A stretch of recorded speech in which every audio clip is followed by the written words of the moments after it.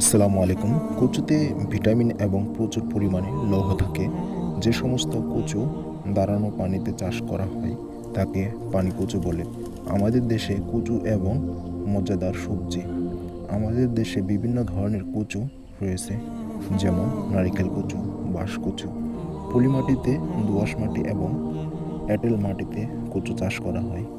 বাংলাদেশের পশ্চিমবঙ্গে প্রায় সব এলাকায় কম বেশি কচু দেখতে পাওয়া যায়।